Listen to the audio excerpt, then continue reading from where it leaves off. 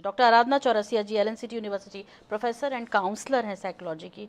Doctor Aradhana, ये विषय जिम्मेदारी सबको देनी चाहिए। अभी सागर कसेरा जी कह रहे हैं सबकी सुनिश्चित होनी चाहिए, अच्छी बात है। हम किसी की मौत या किसी दुर्घटना के बाद जागते हैं, ये बहुत बुरी बात है।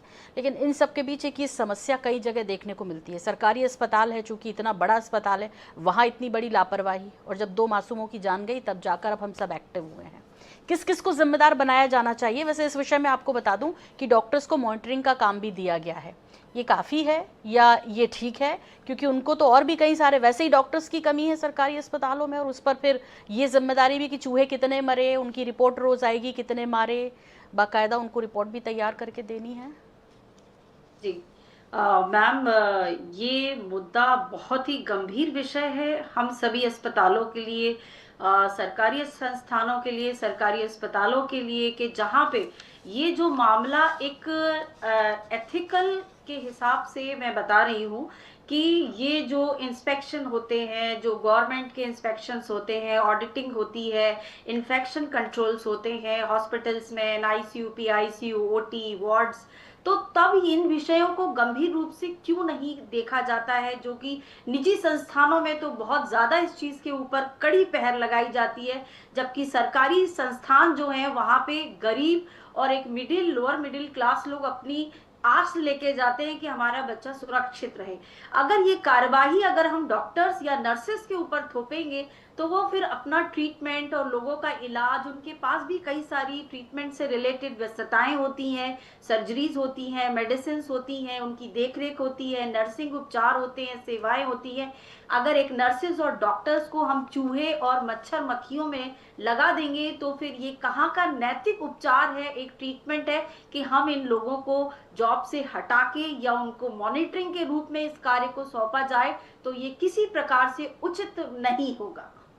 जी, तो फिर इसमें आराधना पूरी जी जो किस, है हाँ वो प्रबंधन का होना चाहिए, जी, अपर लेवल पे इसके ऊपर कार्यवाही होना चाहिए, वहां से सुरक्षा के इंतजाम होना चाहिए और मॉनिटरिंग होना चाहिए, तभी हम इसको एक सुचारू रूप से कार्यक्रम को आगे बढ़ा सकते हाँ, हैं। आ रही होता है सर की मॉनिटरिंग रेगुलर होनी चाहिए। हमें लगता है हम कई बार हैबिचुअल हो जाते हैं इस चीज़ के। हाँ, ऐसा ही होता है सरकारी अस्पतालों में, ऐसी ही गंदगी पड़ी होती है, ऐसे ही वहाँ कोई ध्यान नहीं देता, नर्सिंग और स्टाफ वहाँ का ऐसे ही लापरवाह होता है। कैसे ठीक करें आराधना जी इसको? जी, आपने बहुत अहम सवाल पूछा है, क्योंकि जब हमारे देश में, चूंकि इंदौर की बात है, इंदौर हमारे मध्य प्रदेश का सबसे स्वच्छ शहर में आता है, और इसमें जो एक मुझे आपके द्वारा दी गई जो बात है वो बहुत काफी प्रश्न लगा कि क्या इसमें टॉप लेवल से लेके क्या लोअर लेवल तक के लोगों के ऊपर क्या क्या जिम्मेदारियां देना चाहिए।